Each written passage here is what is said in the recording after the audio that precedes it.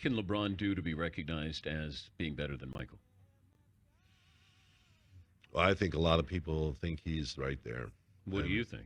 he's, he's, Could he be better than Michael? I don't know if better. If better is only about championships. I think that's the only measurement that's left for LeBron that'll say, he's a was a better ball player than Michael, or people can argue it, is the number of championships you win. And that Phil Jackson just did something that's shaking the entire basketball world, and he didn't even have to raise his voice. The Zen Master, the man who coached Michael Jordan to 6 rings, just silently ended the LeBron GOAT debate with a few carefully chosen words that have the internet absolutely losing it. What he said wasn't loud, it wasn't a rant, but it cut deeper than any trash talk ever could. And LeBron? He's been radio silent ever since. What happened behind closed doors that made one of the most respected minds in basketball history draw a line in the sand? Because when Phil Jackson speaks, people listen, and what he just revealed changes everything. You can't take anything away from either player. They're absolutely terrific players. You can only turn to the fact that Michael went to the finals 6 times and won 6 championships. Seventh games, how many seventh games in the final series did Michael have to go through? And never did. That never happened. We won in 6 at the most. But the reality is that the record stands, and that's what happens in careers. And the game has changed, and the players have changed, and how the game has been. For years, Phil Jackson has watched from the sidelines. The man who built dynasties, who turned Michael Jordan into a killer and Kobe Bryant into a champion, has stayed mostly quiet while the rest of the world screamed about who deserves the GOAT crown. He's the guy who won 11 championships as a head coach. 11, more than anyone in NBA history. So when he talks about greatness, you listen. But Phil's been different lately. He's been distant. Not engaging with the media circus, not feeding into the debates that flood every sports show, every podcast, every comment section. While Shannon Sharpe and Skip Bayless go to war every week, Phil's been meditating in Montana, living his best Zen Master life. Until now. In early January 2025, Phil sat down for what was supposed to be a casual interview about his coaching philosophy in his new book. Nobody expected what was coming.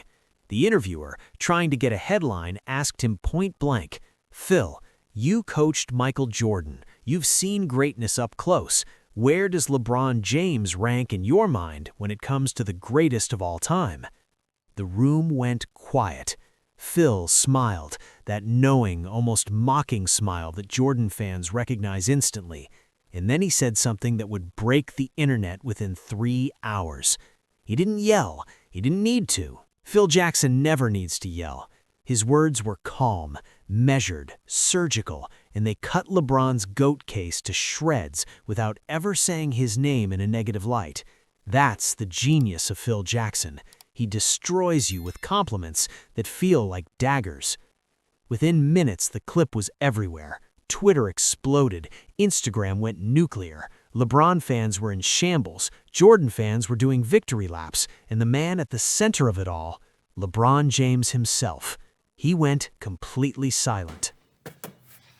So, first and foremost, Jordan is obviously the GOAT. I don't even know why we're here. I don't know why we're here at all. Jordan's the GOAT because, we're talking about somebody who is, top 5 in multiple categories, especially at his position, finishing his career top 3 in steals, finished top 5 in points, even though he is moving down, but top 5 in multiple positions. So in statistical categories. Thank God for Scottie Pippen, right?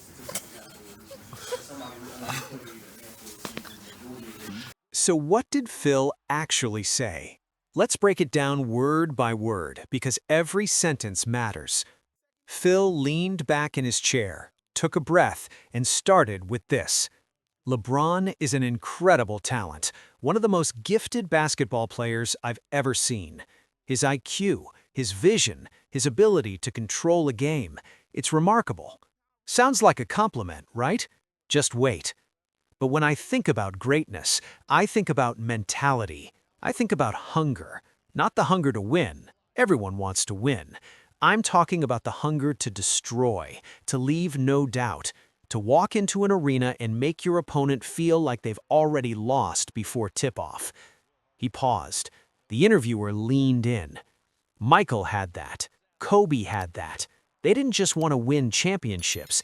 They wanted to annihilate the idea that anyone else could be better. They wanted their opponents to go home and question if they even belonged on the same court. Then came the kill shot. LeBron's greatness is different. It's calculated. It's strategic. He builds teams. He moves to situations that give him the best chance to win. And there's nothing wrong with that. It's smart basketball in the modern era. But there's a difference between earning a legacy and constructing one. Earning a legacy versus constructing one. Let that sink in. Phil wasn't done. He continued. When you chase rings by switching teams, when you form super teams to guarantee outcomes, you're playing a different game than the guys who stayed and bled for one city, one team, one mission. It's not about right or wrong. It's about what greatness means to you. The internet lost its mind. LeBron fans screamed that Phil was a hater. Jordan fans posted crying laughing emojis. Analysts tried to unpack what Phil really meant. But the message was clear. In Phil Jackson's eyes, LeBron's rings don't carry the same weight as Jordan's. And the most brutal part? Phil said it all with a smile. No anger, no bitterness, just cold, hard truth delivered with surgical precision. Social media erupted. One tweet read, "Phil Jackson just ended LeBron with a compliment. That's insane." Another said, "The Zen Master just reminded everyone why MJ is untouchable." Even neutral fans had to admit Phil's words hit different because they came from someone who actually built dynasties. But here's the thing that made it even more devastating. Phil didn't just attack LeBron's method, he attacked the entire modern era of player empowerment. He went after the idea that you can build your legacy by picking and choosing your path. And in doing so, he drew a line in the sand between old-school greatness and new-school strategy. Does LeBron have to do something, or can he do something where you would go, now I would look at him as the best player? No. The conversation, it really is a non-conversation. You know, I played against both of them, obviously. Playing against him and MJ, I think, for me, it's MJ all day long, only because how I played against him, and, you know, MJ just had everything, you know, from mid-range to three-point to post-up game. So how did LeBron respond? He didn't. And that's what made this even more explosive. LeBron James is many things, but silent is not usually one of them. The man has never been afraid to clap back. He's subtly fired shots at critics on Instagram. He's posted cryptic quotes on Twitter. He's worn t-shirts with hidden messages.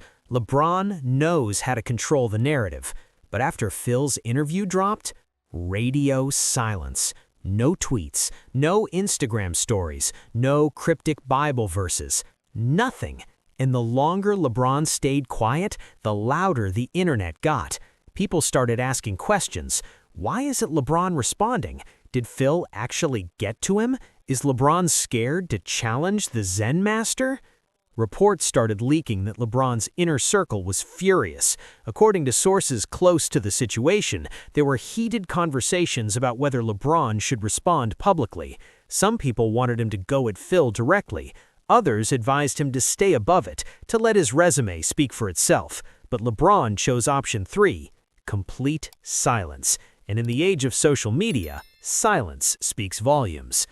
Meanwhile, the basketball world started picking sides. Former teammates and analysts were put on the spot. When asked about Phil's comments, most tried to stay neutral. Phil's entitled to his opinion, one analyst said carefully, but LeBron's numbers speak for themselves. Others weren't so diplomatic. One former player who requested to remain anonymous said, "Phil's right. There's a difference between what LeBron did and what MJ did. Nobody's saying LeBron isn't great, but the way you get there matters." Even fans who usually defend LeBron had to pause, because this wasn't Skip Bayless ranting for clicks. This wasn't a retired player with a grudge. This was Phil Jackson. 11 rings, 2 three-peats with Jordan, 2 more with Kobe. His resume is untouchable. When he speaks on greatness, you can't just dismiss it. But here's where it gets interesting. People started digging into Phil and LeBron's history, and what they found was fascinating. Phil had actually complimented LeBron multiple times over the years. He'd praised his basketball IQ. He'd called him one of the most complete players in history. So why the sudden shift? Why now, in 2025, did Phil choose to draw this line? Some believe it's because the GOAT debate has gotten out of hand. LeBron fans have become so loud, so aggressive in pushing the narrative that LeBron is undisputed, that it finally pushed Phil to speak up. Others think it's personal, that Phil's always resented the modern NBA's obsession with player empowerment and ring chasing. Whatever the reason, Phil's words landed like a bomb, and LeBron's silence only made the explosion bigger. Let's talk about what's really happening here, because this isn't just about LeBron versus Jordan. This is about two completely different philosophies of basketball, two different eras, two different ideas of what it means to be great. Phil Jackson built his entire coaching philosophy on something he called the system. Not just the triangle offense, but a deeper system of selflessness, sacrifice, and team-first mentality. He believed that greatness came from individuals submitting to something bigger than themselves. Jordan had to learn that. Kobe had to learn that. And once they did, they became unstoppable. But the modern NBA? It's flipped that script entirely.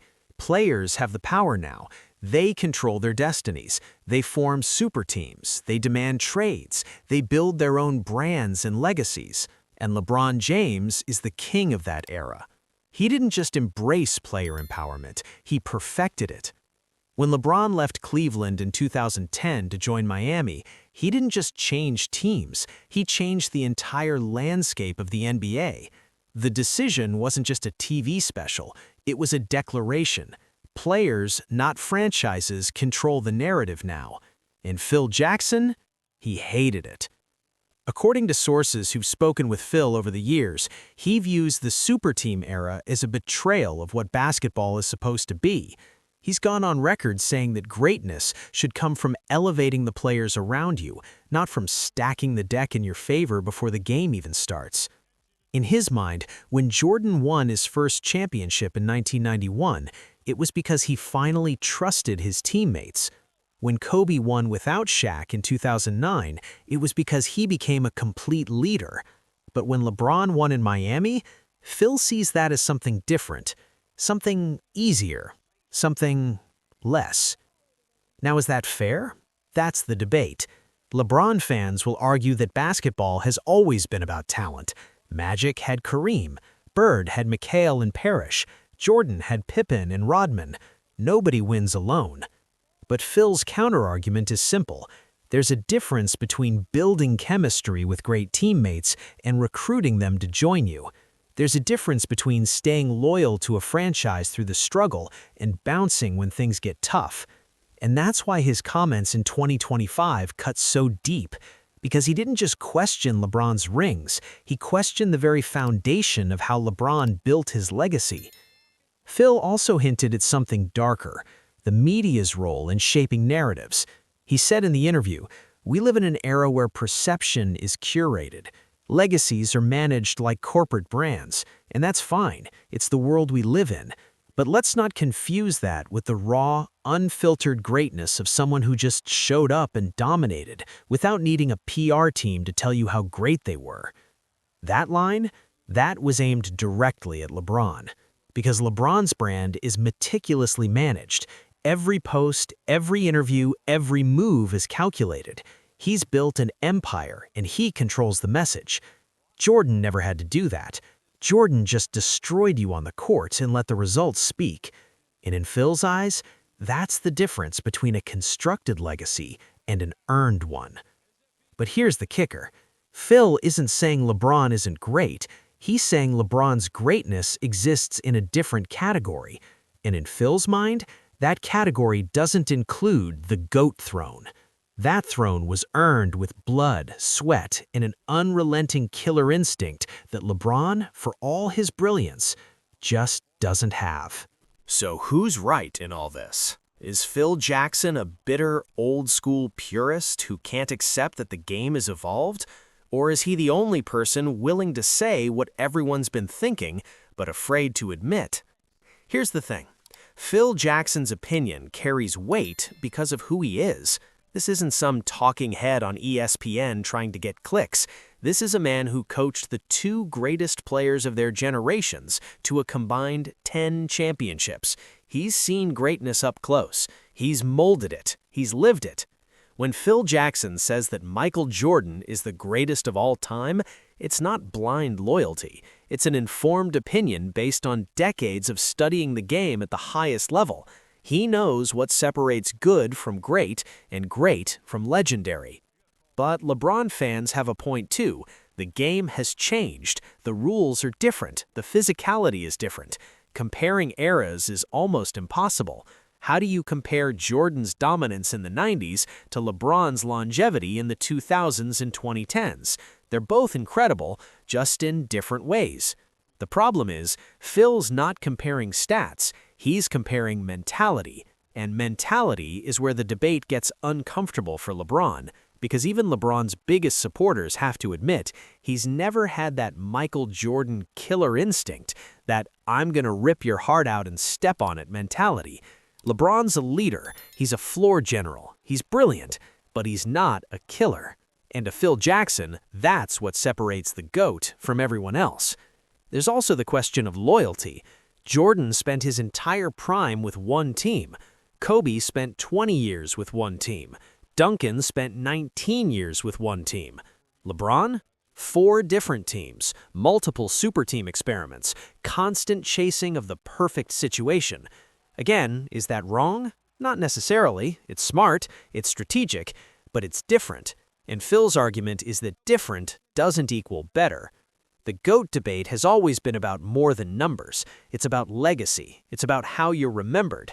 And right now, in January 2025, Phil Jackson just reminded the world that rings aren't the only thing that matters. How you got those rings matters too. And maybe that's the most important thing Phil said in this entire interview, because in an era where everyone's obsessed with championships and stats, Phil dared to ask a question nobody wants to answer. What does greatness actually mean? Is it about being the most talented? LeBron might win that. Is it about longevity? LeBron definitely wins that. Is it about rings? Jordan edges him out. But is it about the mentality, the killer instinct, the refusal to let anyone doubt you for even a second? That's where Jordan stands alone. And that's why Phil Jackson just ended the debate with a few calm, calculated sentences. Here's what's crazy about this whole situation. Phil Jackson didn't need to say LeBron's name to destroy his GOAT case. He didn't need to rant. He didn't need to attack. He just calmly explained what real greatness looks like. And in doing so, he showed everyone exactly where LeBron falls short. And the scariest part? LeBron knows it. That's why he's been silent. Because how do you argue with the man who coached the GOAT? How do you challenge someone whose resume speaks louder than any tweet ever could? So here's where we are. Phil Jackson just dropped a bomb on the basketball world. He didn't scream, he didn't rage. He just spoke his truth, and that truth shook the foundation of the LeBron GOAT argument. Whether you agree with him or not, you can't ignore him. This is the Zen Master. This is the man who built dynasties, and when he speaks, the basketball world listens. LeBron's silence says everything. Maybe he's above the debate. Maybe he's waiting for the right moment to respond. Or maybe, just maybe, he knows that Phil Jackson just said what a lot of people have been thinking, but were too afraid to say out loud.